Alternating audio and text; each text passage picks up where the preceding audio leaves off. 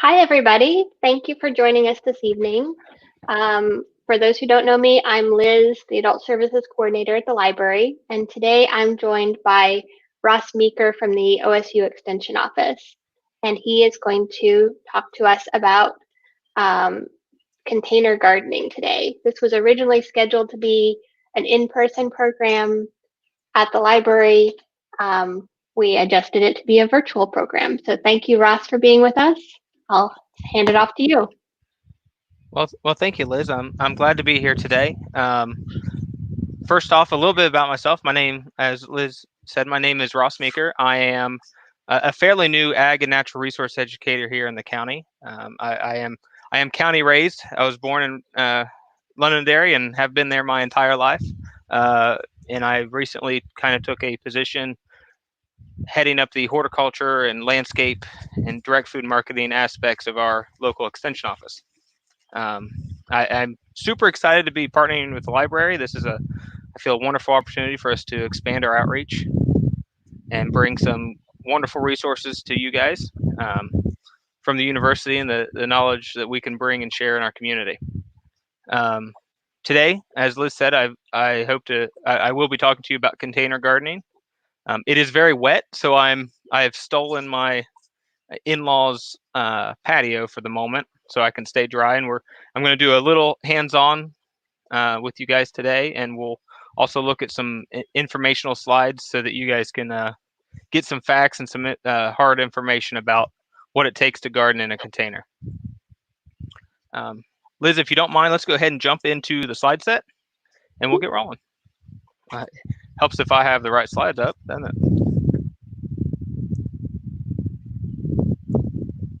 There we go. So, an introduction to container gardening. A lot of people in the office, we get calls about gardening in containers or pots quite often, and it's an interesting idea. It is something we can do successfully, but does present its own challenges. And so let's talk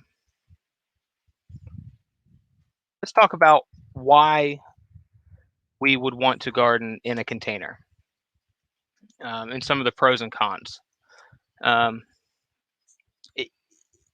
if we look at why we would want to choose to garden in a container, if you're presented with limited space, for instance, you live in town, you just don't have the yard space, or even if you want to, if you're like me and I live out in the country, I have a nice couple acres to play in, and I still do some of my gardening in containers just because I have a little bit more control over what happens. It's an excellent opportunity to extend our productive season, especially if we're looking at gardening vegetables in containers. There's a lot we can do. Interesting fact, the college where I went to, we had a container raised tomato plant that was 45 years old and still produced 3 to 4 bushels of Roma tomatoes every year. To my knowledge, it's still there. My professor said it would be until he retired, and he has not yet. So another reason we might talk about wanting to raise our vegetables in a container is fewer pest opportunities. We don't have the deer, rabbits. We can kind of keep them at bay. We also don't have earthborne diseases as long as we're doing everything correctly. And we'll get into that in a few moments, how to avoid introducing pathogens into our containers. And they're mobile. Just a couple weeks ago, we went through several cold snaps. I think I'm sitting outside today and it's 60 some, but I think 2 weeks before that, we saw 22. And so if we're in a container and we've got something out growing and having fun, we can wheel it inside for an evening. It's a lot less risky than trying to cover up an entire garden. Now, on the flip side of the coin, some reasons we wouldn't want to choose a container. All the reasons that make a container attractive, where we have more control, are the same reasons why we wouldn't want to do it. When we don't have control, that means, or when we have control over all of the variables, the moisture, the soil type, the sun, the shade. That means that it's up to us to provide those. And that means that it's a very hands-on task. We're going to have to be vigilant and care for that plant on a day-to-day basis. Whereas, put a tomato in the garden, it'll probably live to next week without us looking at it. Um, Container plants require frequent watering and frequent feeding. We don't use garden soil in a pot.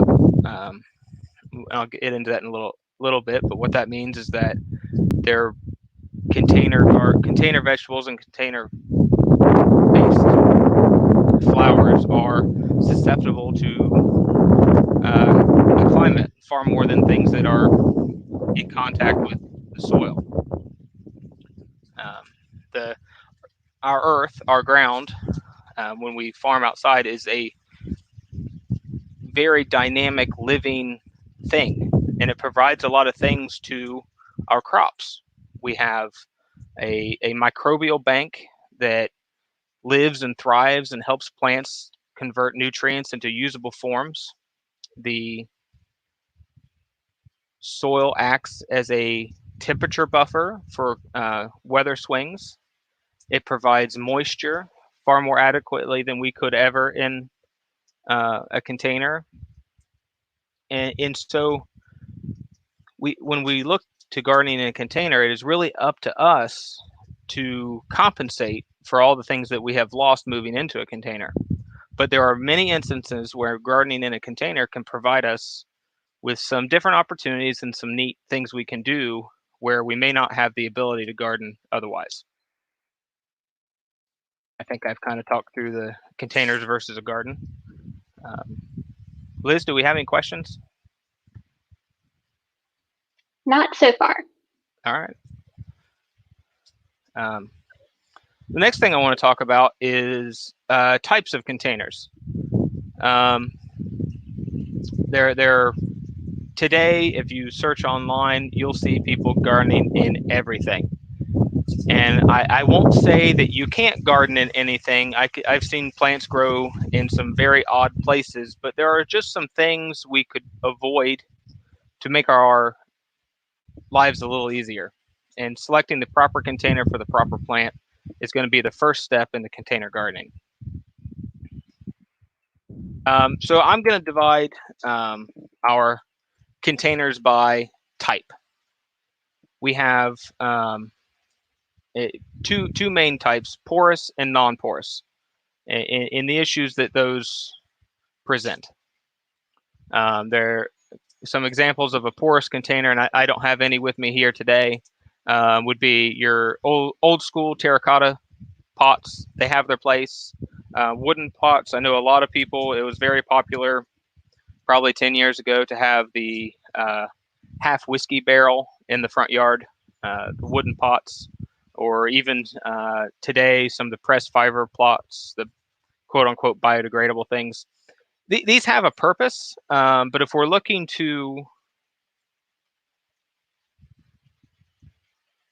avoid some pests, particularly our viruses, bacteria, and fungi, they're very difficult to clean, especially if we're going to be looking at reusing that pot year after year. So in a wooden container, I would recommend lining that with a separate plastic pot and using it only for the aesthetic purposes, or even lining it with some landscape plastic. As far as the pressed fiber, if it's a short-lived item, you're probably going to be just fine. But again, it's something that we can't sterilize. We can't clean and allow or prevent introducing pathogens to plants further down the line. Terracotta, I do like terracotta pots as long as we store them dry and we're wiping them down with a 10-to-1 bleach solution. We can get them fairly clean. They offer a different opportunity. They allow roots to respirate well because they are porous enough and they won't decay like our other pieces.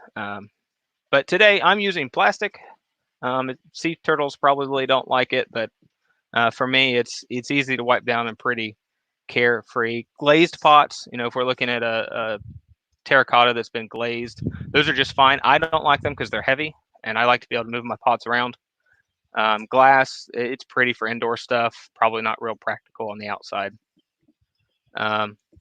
One thing we'll get into selecting the right container when we're gardening is size. A lot of people underestimate what kind of space is needed to raise a vegetable. I would say most of our typical garden vegetables, peppers, eggplants, those small statured plants, we're going to need at least a gallon. When we're getting into tomatoes and cucurbits, which are our cucumbers, squash, zucchini, things like that, we're going to need at least 5 gallons. And I do have available a handy worksheet that will reference the sizes you need for those, and I will do my best to share that at the end of our slideshow. Oop, went too far. Drainage. Liz, can you flip me over to my video real quick?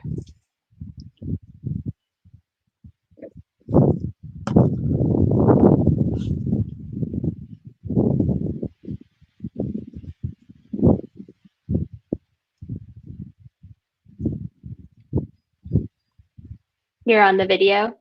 Am I? Okay. Yeah. I'm looking at the wrong screen. Sorry, I was muted. So drainage is a very important thing, and today I'm going to be planting in this container, even though it's wrong, because it's what I have.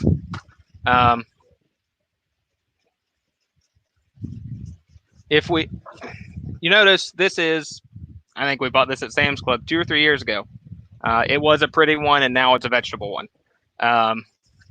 But there's no holes in the bottom. So this is really almost like the duvet covers of pots, right? We're going to want a pot in here that is going to allow the soil and plant we're putting in there to dry completely. Because I don't care what it looks like and it's going in the garden, will probably drill a hole in it.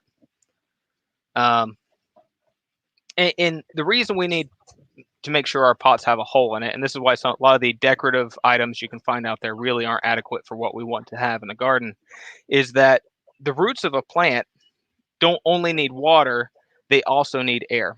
When we move below the crown of a plant, roots actually respirate a lot more like an animal. They take in oxygen and release the carbon dioxide. The top of the plant, which undergoes photosynthesis, is opposite and produces oxygen. But below, it needs air.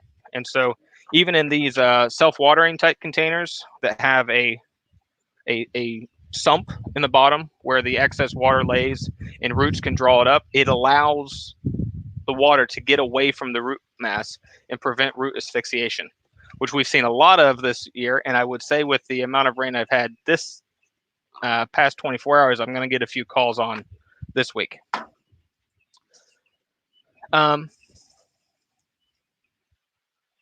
See, Liz, if you don't mind, flip me back to the There you go. PowerPoint. All right.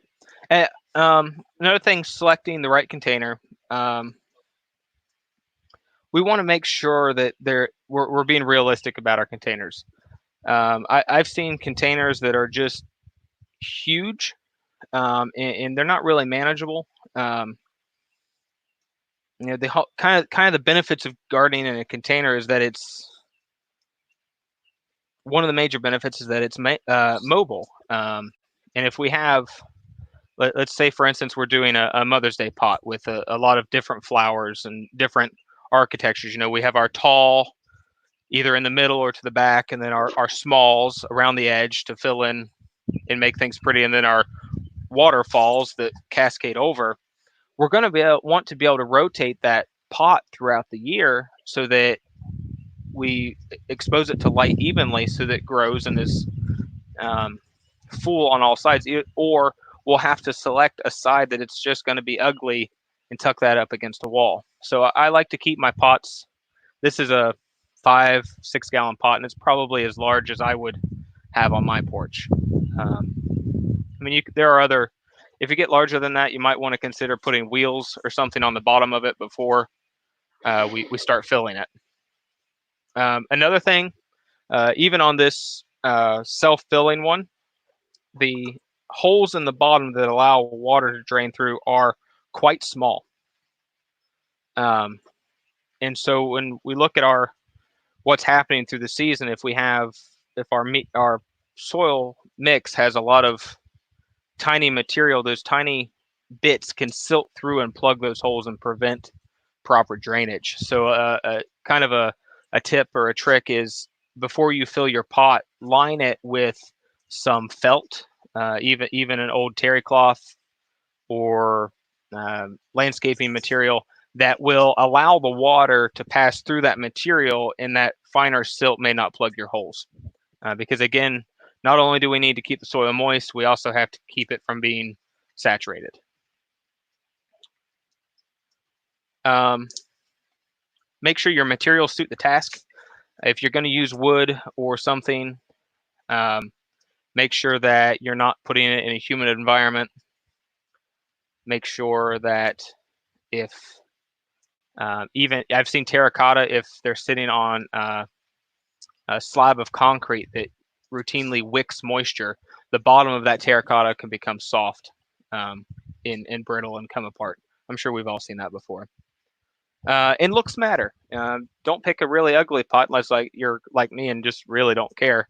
But pick a pretty pot because looks do matter. Especially if you're new to gardening, pick something that's pretty and fits your space. Because if you walk by it and you care about it, the odds are you'll be more inclined to care for it throughout the season, and that just helps us down the road. The next thing we need to talk about is we've got our container picked out. Let's talk about what we're going to fill it with. And so in front of you, I have a graphic. This is what we consider to be the ideal soil composition. And this is true for a field, not particularly in our pot, but we want, when we're raising a container, our idea is to mimic nature as much as possible. And so here we see that in any given portion of soil, we want 45% mineral and about 5% organic to make half of the space of the pot should be filled with solid. The other half should be space, and half of that should be moisture, and half of that should be air. One major problem we have with containers is getting too excited when filling them and causing compaction. And this next graphic at the top will show you what happens. The top image there will show you what happens when we have too compacted of a environment for our plants. We can take the same amount of soil, and if we compact it too much, note that the percent of air available for that respiration drops to almost nothing. This is especially true in some of our heavier soils, and we'll talk about why we don't use regular garden soils in a second. And then the bottom graphic will show you what happens in a poorly drained pot. So if we have a pot and we've been watering it, the top feels dry, but down at the bottom, if we have a pool of water sitting, there's not enough air left for the roots to respirate again. And secondly, because the water portion has risen to be almost even with the soil, we've lost our rigidity and our structure. And so our heavier plants will even start to uproot or fall over because we need that mineral component to stay up there so that we have enough structure to hold our plants in place. And so that said, let's go on and talk about what makes good potting soil. We don't want to use garden soil. There are several reasons. It's too heavy, especially here in Ross County. A few of you, if you went out to dig, if you are in the Paint Creek Basin, you might be okay, but there's some pretty big rocks over there. The Salt Creek Valley, your white sand won't work. It just doesn't have enough surface material to provide what we need in a pot. But in the rest of the county, we're likely too heavy. We have a lot of clay and a lot of silt, especially even in the Taze Valley. deposits. We have a lot of silty clays, and it just doesn't work. We can't retain the water that we need. We don't have enough surface area. And one major reason we don't want to use garden soil in our pots is the risk of introducing pathogens. Um, when we look at gardening in a container, the start clean, stay clean mentality really needs to be driven home. We're taking a plant, we're isolating it, and we're telling it this is what you have and this is what you have to make it with the rest of your life. We want to make sure that environment is clean and we give that plant a as stress-free as an environment as we can. And so when we go outside and we pick up a scoopful of dirt from the garden, even though it might be a wonderful garden, it might meet all of our soil test requirements. Even if there's only, you know, a few fungal spores or a few examples of bacteria in that confined environment, the only thing they have to feed on and the only thing they have to bug is that plant. And so we want to stay away from those. And so what we're looking for is a soilless potting mix. I have some in front of me today. We're going to use later when we're showing how to assemble some stuff. But what we're looking for is a fairly fluffy consistency. Um, Again, retaining nutrients and retaining water is the name of the game with soil mixes, and most people refer to these as soilless mixes because they're not really built from soils. They use organic. They use organic material, and I don't mean in the sense of Whole Foods organic. I mean in the sense of living material that has been degraded. Um, Peat moss is common. There are even some will even use bark and stuff. I don't like it; it gets too chunky. There are even some manures available that are really just heavily degraded organic material mixed with a vermiculite or perlite, and those are very porous, high surface area materials that aid in retaining nutrients and fertilizer. Uh, Vermiculite is actually really neat how they make it. They take formica or fool's gold and they put it in the oven to several thousand degrees and it pops like popcorn. And it provides a lot of surface area and a lot of nooks and crannies for water molecules and nutrients to adhere. Um, they also have the appropriate charge molecularly to bind those nutrients to them. Okay, Ross, just one quick question here. Yep. The last thing on your list on the last slide was chunky compost. What is chunky compost? So I like when I'm looking at compost in my hand, I don't. A lot of our seed, like our seed starter blends, will be very fine. I like a little bit of larger material in my potting mix, and my thought there is as that root environment builds in your pot, those larger chunks will aid in weaving and making a more massive, solid piece. That way, if let's say like today I'm planting a tomato, down the road, I've got a 55-pound tomato in a 45-pound pot. It's not going to pull itself up. I'm just looking for structure that's going to hold my plants, especially the upright ones, keep my roots in where they need to be. I think I forgot to mention it. As we're filling pots, a lot of guys will talk about putting bricks. Bricks are fine if you're looking to weight and keep a pot down. Some people even use aluminum cans to fill up space in their pot. I don't like that. It doesn't provide structure. And the number one issue we run into with potted plants is not enough room for the roots. The more room you can provide for that to happen, the healthier and greater your chances of success will be. Did I answer your question? Yes, thank you. Okay. All right. Alrighty. So we were talking about perlite, and now I'm going to jump into nutrients. And I'm sure if anyone's ever Googled fertilizer or anything, they get a slew of stuff. And frankly, I think people overthink it. Nutrients are basic, as if we're following the labels, we're doing things properly. But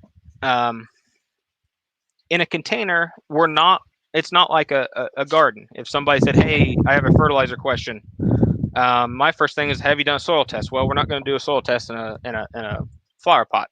So um, typically, most uh, garden soilless mixes come with some form of slow release fertilizer incorporated. Um, I would recommend buying a pre-blended one, tuned to your purpose. Um, a vegetable mix for vegetables, a flower mix for flowers, and those blends have been selected to encourage the type of plant growth you want.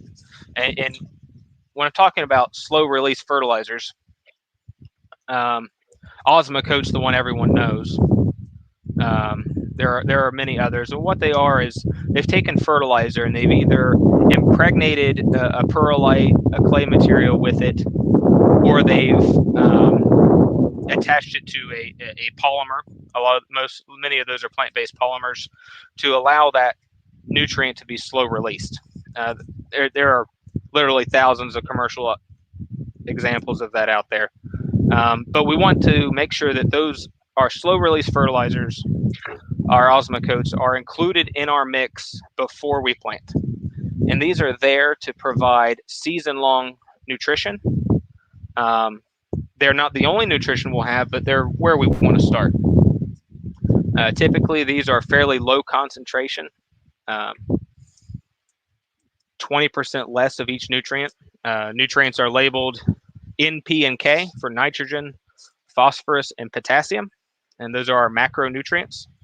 All plants need them, um, but we don't want to incorporate such a heavy amount at the beginning of the season that we burn our young plants. And so that's why many of these things are fairly low concentration of the actual nutrient.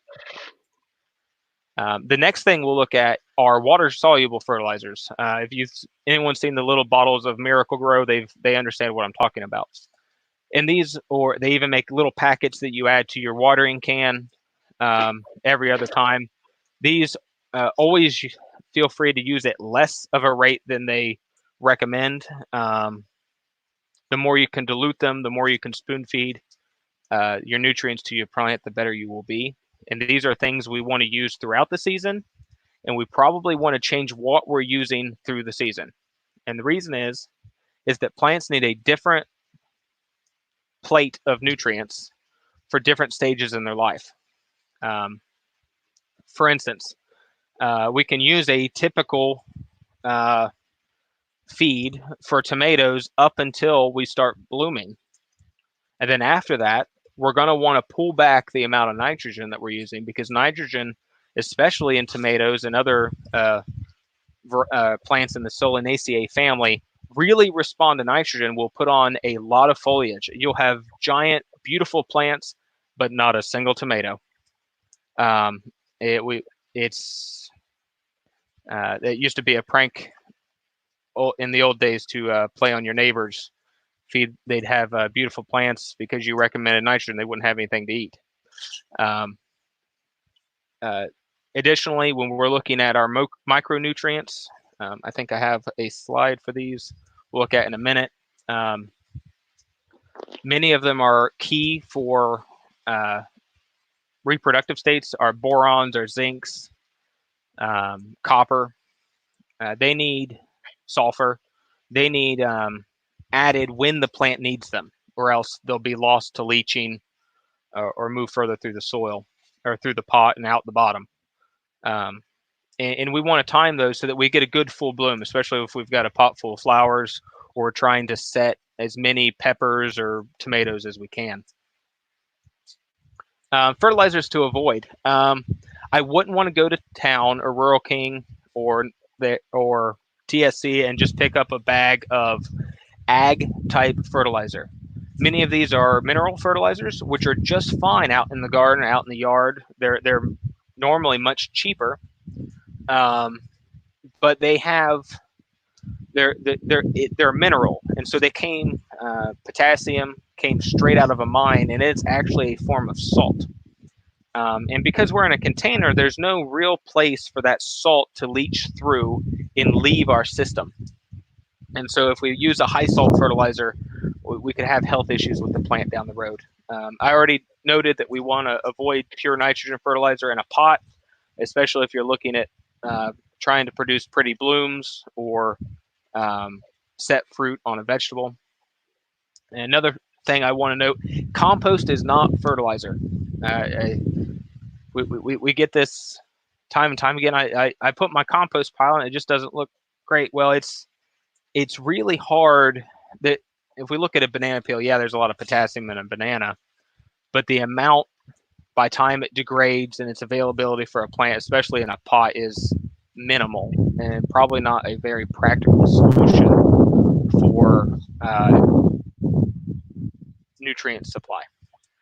The other thing is we in a container we don't really have a stockpile of microbes. It's not like out in the garden where the mother nature can provide microbes that will literally migrate from other areas of the soil in there and help decompose these items and make those nutrients available.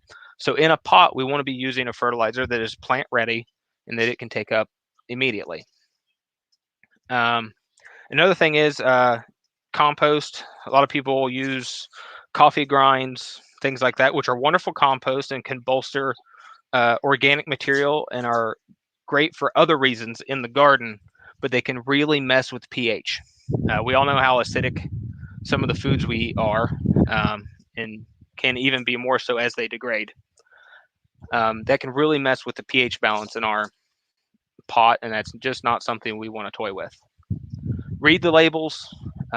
Make sure you understand what kind of content is in it. Make sure you're applying it accordingly. Um, Make sure when we're reading labels, there are a lot of fertilizers sold out there as plant food, and when you get down to reading the actual label, there's not much in them that the plant needs or can use. Kind of the snake oil idea. So just read the label and make sure you guys know that you're spending your money on things that are worth your time. In front of you now is a list of our 18 essential nutrients that all plants need. Every plant is different, so I won't try to generalize too much. Our macronutrients at the top, the first two you won't do anything about. Oxygen, again, we got to make sure we're not compacting. Nitrogen, we need, but not a whole lot in a pot um, unless we're seeing some deficiencies. Phosphorus, potassium, that normally our baseline incorporated stuff will supply plenty of that. I have seen some calcium deficiencies in pots, magnesium deficiency for sure. So a micro foliar feed halfway through the season is probably good for anything in a container. And then making sure we're balancing our the smaller micros dependent on the crop we're raising. My next one is plant selection. I have seen some crazy things grown in a pot. The funniest one I have seen is sweet corn. It takes, I think, to raise 3 sweet corn plants. I think it's like a 24-inch pot, 12 inches deep. That's a lot of effort for 3 years of corn. So, is it worth the effort? Maybe to show the kids that it can be done, but from a productive standpoint, probably not. Um, Selecting the right cultivar. Many of our heirlooms were not adapted to be raised in pots. People just didn't need to do that. So I would probably shy away from those. Some of our new purpose-built hybrids available today are much more disease resistant and adapted to a stressful environment like raising here. Hey, Ross, Yep. we do have a question here. Okay. It's a question from Kim. What about chicken manure when you plant your plants in the container? So chicken manure when you plant your plants in container, in moderation. So chicken manure is very high in ammonia, which is our nitrogen, and I would want it thoroughly incorporated, not right on top. The odds of burning the seed or the young tender plant is pretty high. Chicken manure is a wonderful source of nutrition. commercially on an ag basis, if we could get it in the county, I'd love to have it. But it, like I said, in moderation, just for the sake of burning, it is a wonderful source of nitrogen, a wonderful source of phosphorus. It can be used. Just be careful with your placement in the horizon of the plant or of the pot. I would want the plant to have to go down to find it, and that instead of it having burning the tender parts of the plant. It's manure is king of fertilizers, right? The only thing it can be shy on is potassium sometimes. Be aware of the amount of nitrogen. Again, chicken litter I'd probably shy away from in the tomato world, just because I don't really care for a bunch of tomato leaves. I want big fruits, and I don't need a whole lot to do that. So, hope I answered your question. Yeah, and thanks for the question, Kim. And then let's see, selecting cultivars. Some of the new things that are OSU is actually trying to do a study to catch up with the rest of the world now. A lot of our cucurbits, our watermelons, our not so much the zucchinis, more the vining cucurbits, the cucumbers, the watermelons, gourds, things of that nature, even spaghetti squash to a point, and butternut squash the world's gotten pretty good at grafting those. And a lot of the times you can find your favorite watermelon variety that has been grafted onto a gourd, a field gourd, and those root stalks are much stiffer, almost woody. And my guess that would serve you well in a pot. So those things are available out there. I know Burpee and I think a few others have a line of available of fully grafted plants. Grafting vegetables is an interesting topic, and I'd love to get on it for another time. But for today, we'll keep moving along. Meeting our goals. Every time we make a decision of what we're going to plant, how we're going to plant it, I always want to ask people, why are you doing this? We're looking at vegetables. Is it for a conversation piece on the porch? At that point, I might want it to be pretty. Am I looking at it to provide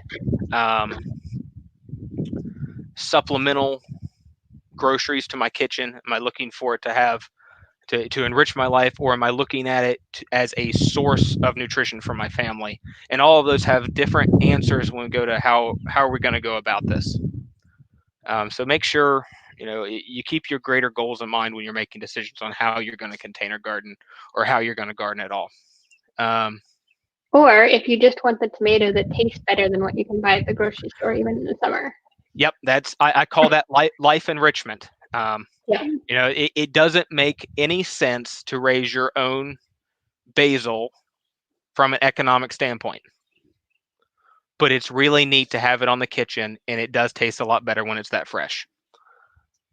So there are things we can do to enrich our lives, and that's a different goal than saying, hey, I need to plant a garden because that's how my family eats. And what plants we select would probably be different when we look at it in that lens. Another thing, and this is probably more true for the flower containers, is container arrangement. Vegetables, I've seen people raise some crazy combinations in pots for vegetables, and you can get away with a lot with herbs. But my general suggestion is, if you're raising vegetables, to eat from one plant per pot and make the pot fit the plant, and your life will be easier. Now, arrangement for aesthetics, flowering things. When we're selecting the plants, we want to make sure that we have a pretty arrangement. And the list are our talls, our smalls, and our waterfalls, right? We want something tall either in the background or in the center of the plant to provide visual height to the thing.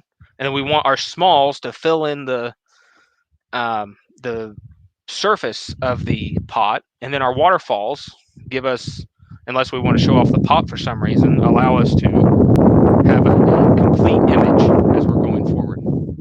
And there are people who are far more artistic than I am about selecting those. Proper assembly. And here, I'm going to read through the slide really quick, and then we're going to do a little bit of them live. Not sure how I'm doing on time, but so for proper assembly, we talked earlier, start clean, stay clean. A 10-to-1 bleach solution before you plant anything on your tools, on your pot, on your hand, not on your hands, use soap and water there. But and you know, I've got a little garden trowel. I've been using it to stir my potting mix today. But if it had been used in the garden, I want to make sure that I sterilize it before I introduce it to my potting soil. Just trying to minimize risk of introducing pathogens. And if a plant was sickly last year in a pot, discard it, clean that pot, and make sure it thoroughly dries. Make sure it stays dry in storage, or those fungal spores and bacteria can survive. Another thing for prep, pre-water your soil. My horticulture teacher in school told me you want to be able to make a ball in your hand that feels like sponge cake but falls apart. That's wet enough for planting.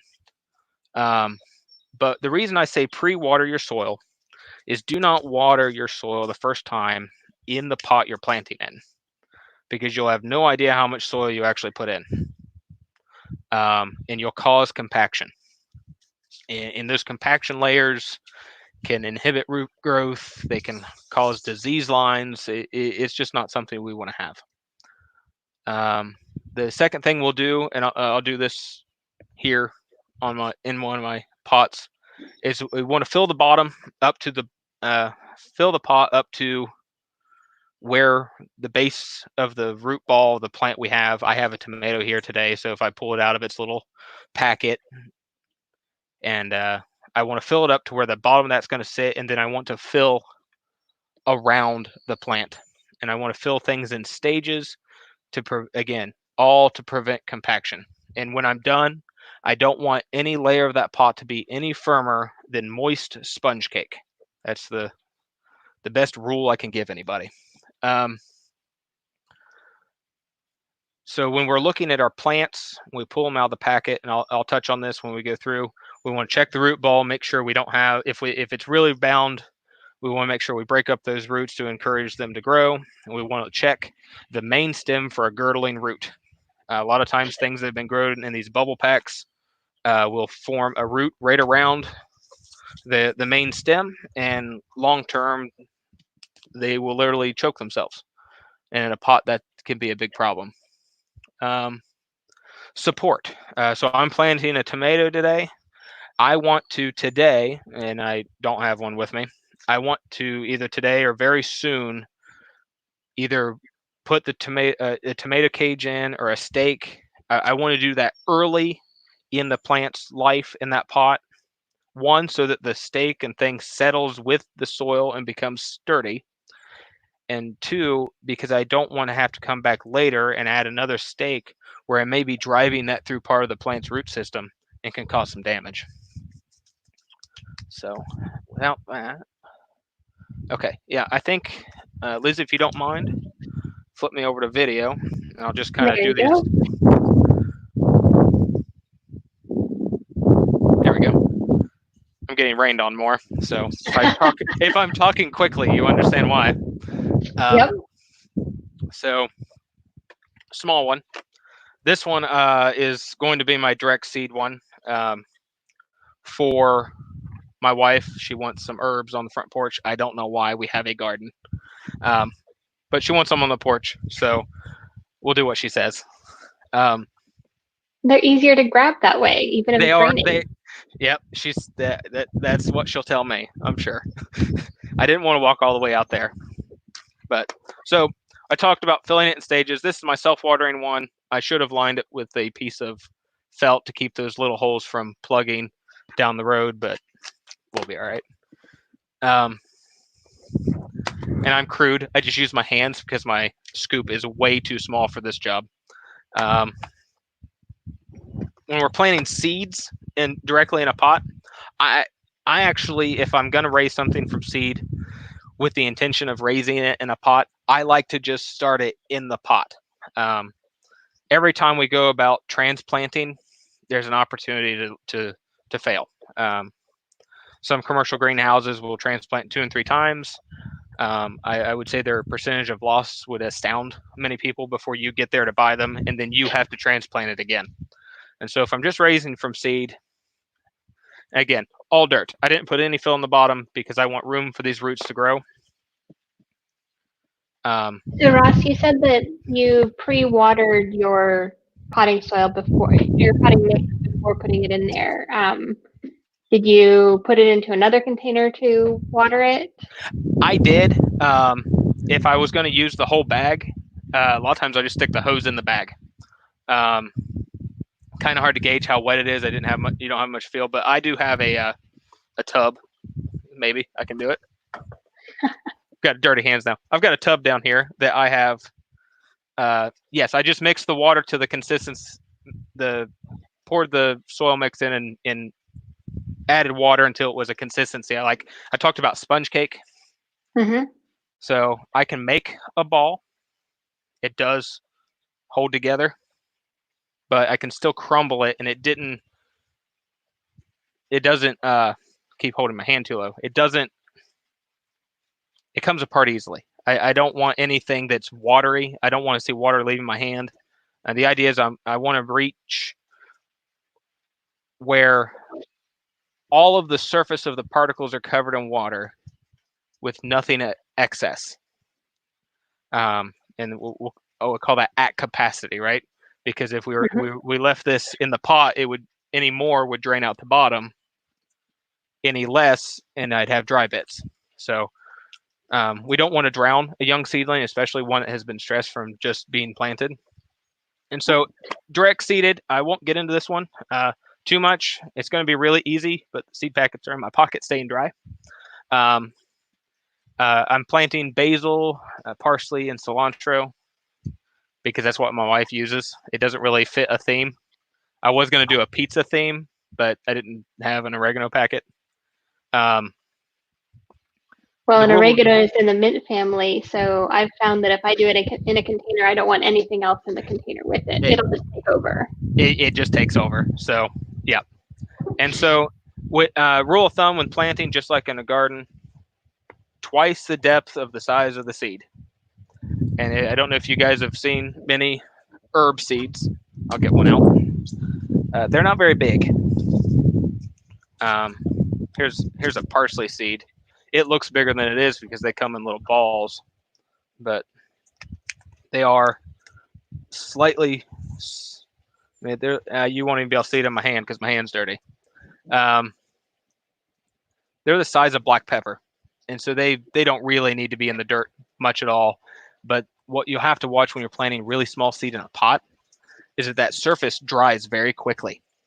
And so you may want to get like a little spritz bottle and just keep that moist once or twice a day to make sure that seed can imbibe water and get germinated, but not so wet that you're encouraging mold on the surface. We did have one other question from the audience. Okay. With container planting of pumpkin and egg plants, which are container plants, should you make a tripod for them to grow rather than one stake? For eggplants and pumpkins, I wouldn't think we need a whole lot of structure for an eggplant. Typically, they're pretty good at standing up on their own. I would think one stake would be enough. For pumpkins, they're going to go everywhere. They're going to be overflowing from your container, and odds are you'll want to encourage and select blooms that are actually growing the fruit on the ground outside of the container. Now, a climbing variety is fine. A tripod, pumpkin plants can get big, and they need that solar panel to collect all the sun they can to make that large of a fruit.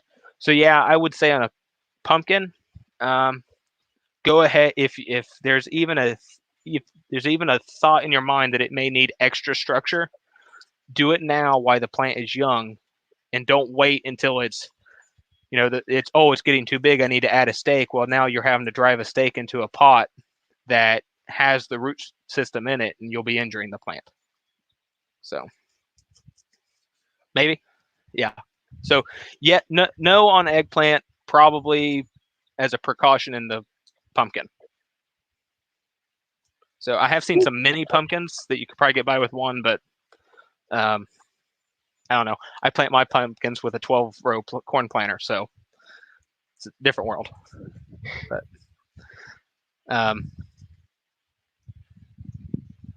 so my next one, and I'm going to use this little plant pot here that I've already filled and didn't put seeds in, because it's going to take me I don't have enough dirt to fill my 6-gallon one as we go.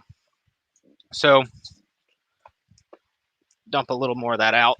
So I've filled my pot probably to there, right? And so my thoughts are that's about the bottom of my root structure. Now, an interesting thing about tomatoes is that they're very capable of putting on adventitious roots. And it has to do with their history. Tomatoes are actually a tropical plant that grows as a parasite in the rainforest canopy. And so they have kind of adapted themselves that anywhere they have soil or contact, so if I left my finger here for a week, this plant would produce roots at that point. And so because this plant is getting a little tall for the cell that it was in, we're not too bound at the bottom. I've seen these completely white and wrapped around. I'm not going to break it up too much. But what I am going to do, and I have checked it for a girdling root, I don't have one right around the top. I am going to go ahead and I'm going to bury it up to this first leaf node. And that's going to allow, instead of having this much root in a week or two, I'll go ahead and have an extra couple inches of root, and that'll provide me more support for the plant down the road. And so I filled my pot up to there, and instead of digging a hole, which would force me to compact the soil around it, I'm going to set that in there and fill around it. Just best practice that we only push down and firm once, so we don't create compaction layers. And so if I can do this without making a mess on my in-laws patio, I'll add a little dirt, and then this last packing. Again, I really hope to do this in person because I wanted y'all to take one home. We'll aim for that sponge cake press. And so it's gone in here a little looser than that. I'm just going to push down that it feels like a damp sponge or sponge cake. So if you're holding if you've ever ate a Twinkie, you want it to be the same consistency on top. So, and then this is way too small of a pot for a tomato plant. It needs to be in at least 5 gallons, and I should have already had the stake in it. Truth be told, this guy will probably end up in my garden if it ever quits raining. So, but I wanted you guys to see how to go about constructing a pot. And now we'll move back to our PowerPoint slide, if you don't mind, Liz. Yeah. There you go. Alrighty. Well, my hands are dirty, but I guess the university owns my computer, so it's their problem. Let's see. Alrighty. So the next thing is plant care in a pot. Like the slide says, everything's a little different in a pot. Watering. This is. I've seen this several times, especially in house plants. We've seen it in our office especially when we're using county water. But there's another precaution when you're using well water. But if we're using county or city water, what do they use to treat that water? A lot of times it's chlorine. And so we can see chlorine toxicity in potted plants only because the chlorine can't get away, right? Because it's not out in a field. And so one thing you need to do is the water you're using to water your house plants or your containers, you need to let sit for at least 24 hours. And that will allow the chlorine to evaporate from your water. So fill your water jug today for tomorrow's watering. Um, and the second thing that will do, that will allow the water to come up to ambient temperature, and that's a lot better for our plants. We don't want to be shocking them with something cold. Um, the way water cools a plant is by moving through the plant, not physically cooling it. If we add really cold water to a plant in August, we'll probably kill it. Feeding, we talked about nutrients a little earlier. We want to spoon feed our nutrients throughout the season so the plant has what it needs when it needs. If anybody has questions about that stuff, feel free to call me. It's very plant dependent, very seasonally dependent. So that's pretty dynamic. Moving. We talked earlier about needing to move our plants. We need to rotate them so that they stay even and grow properly for both light and shade. If it's August, move them under a tree, or provide them some sort of shade to slow down that transpiration, to encourage water conservation. If it's cooler, move them into the sun. So that's one of the great benefits of container gardening, that we have that flexibility. Location. This is a big one, especially when we're talking about disease prevention. Some of our a lot of the old Sears style homes in Chillicothe have a fairly enclosed railing on their porches. I would caution a lot of containers there just because of the limit of airflow. Plants, stagnant air is not good for plants. We develop gray mold issues, which is the number one economic hindrance in the horticulture industry, and it's everywhere.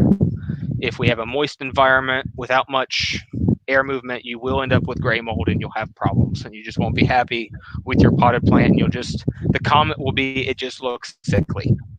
Odds are that's what's happened. Um, Again, sun versus shade, making sure that we're adjusting our watering and our um, the amount of light we allow to that plant based on the season. Pest control. So there are two aspects to it. There's the preventative care, and then there's the reactive care. Nutrients, for the most part, in a pot we can be fairly reactive. If we've followed a good preseason mix in our thing, and we've done our mid-season, we did our preseason in our soil mix, and we've done a mid-season feeding. From there, doing any other nutrients, we can do reactively. We can look at the plant and determine based on symptoms if we're really short on one or another. For fungus, a lot of times, especially our flowering plants, we can treat those with a tebuconazole or a propiconazole early in the season and really keep our blooms and foliage clean for a long time. Those do leave, those work by being on the surface of the tissue, and so they need to be there. The tebuconazole works to protect flowers during flowering. We use it a lot in wheat. It's great on roses. It's great on anything flowering where we need to protect those anthers and the stamens from fungal infection. So the key with it is making sure we're applying it in that bloom stage, not before, not after. In some plants, while you can see a lot of that reproductive part for a long time, the time it is active is very short. I know in wheat, in a lot of our cereal crops, our window to spray fungicide, and what we're preventing there is vomitoxin, which can happen in any crop. Our window is a couple hours, so being vigilant on those is very important. So, I don't know. We talked about pest control, did watering, talked about feeding, moving it. I think I hit that one. Does anyone have any questions? I kind of tapered off quickly there, but again, I want to do this again someday in person. so we can have some hands-on interaction. Um, uh, Yeah, and this has been a program that we've had the last several years in May in person. Um, and it's something that people really tend to enjoy. Um, so I'm eager to be able to do it in person again too. I like this. I think this might need to be part of it, but hands-on means a lot. I felt goofy here planting in front of you guys, but I hope you got what we needed to do. Yeah, it is fun when people get to plant for themselves too. Yep. So hey, maybe we'll see each other later in the summer when we plant some mums or something. Yeah, I had a couple of other questions for you, just Yeah. kind of in general about how people can get more information. You mentioned soil tests. That that's not really something necessarily for a container garden, but for gardening in general. And I know usually OSU does soil tests. Is that something that is currently going on with the pandemic? So right now the labs that do it are on a kind of priority only. Okay. So we are able to get some of our research plots and some of our commercial producers are getting things done. A lot of the homeowner and golf courses things are kind of on the back burner, and a lot of that are the main lab we use is actually in Washington Courthouse, Okay. and just because of social distancing, their whole lab is the size of like 40 by 40. They just don't have room for the people. So they're slow. It is available. It is something we have the supplies and know-how to help anybody do a soil test. Not just a nutritive test. We can do percolation tests. We can do not the kind that the health department makes you do, but we can do perk tests for ag use, and we can do other things to help you guys understand what's going on in your soil and how to make better decisions. But yes, give us a call. We'd love to help you any way we can. Okay. And you also mentioned there was something that you said you'd probably get a few calls on this week, I think, to do with the amount of rain. What are some things that some some of the kinds of calls that you deal with from gardeners? So we've had a very interesting last 3 years, weather wise. And I've been in this chair only since last July, but I can tell. Um, I had a call yesterday about rhubarb. Um, uh, this particular individual was suffering from either root asphyxiation or a viral infection. She was able, even in my uh, quarantine state, we were able to swap some photos, and I hope I was able to properly identify her issue. It was going to seed very rapidly, and that has to do with the heat and moisture we've had. No, I get lawn questions. Um, a lot of pest ID, whether that be from anything from trees to row crops. We had a lot of moth issues last fall.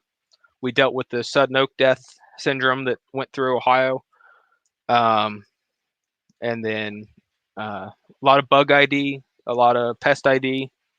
Anything plant or garden related pests we can generally take care of. I do some household pests. I've had a couple bed bug calls. Those are fun. Um, but insects, plants. Give me a call. We can probably, if we don't have it in our office in Ross County, one of our counterparts across the state probably has an answer for you. Great. Well, and right now, while a lot of people are learning to use some virtual tools that maybe they haven't used before, it might even present an opportunity for you to be able to look at pictures of a rhubarb plant or things like that too. Would love to. Yep, Great. absolutely. So. All right. Well, I want to thank you again for being here, and I did want to say to our audience a reminder that Bookworm, our summer reading program, will be starting June 1st at the library, and as in past years, all of the logging happens online, so that won't be affected by um, by the social distancing. You can start pre-registering for Bookworm. Pre-registration actually started yesterday. You see, I'm wearing my Bookworm t-shirt. It was mostly to remind myself to talk about it. So you can go to our website to pre-register for Bookworm, and you can start logging your reading and your healthy living activities starting June 1st. Any final comments for our audience, Ross? I want to thank Liz in the library. This has been wonderful. I love the platform. I like that we're live and a webinar at the same time. It's interesting, and I love to interact with your audience and can't wait to do it again. Great. Thank you so much. All right, thank you.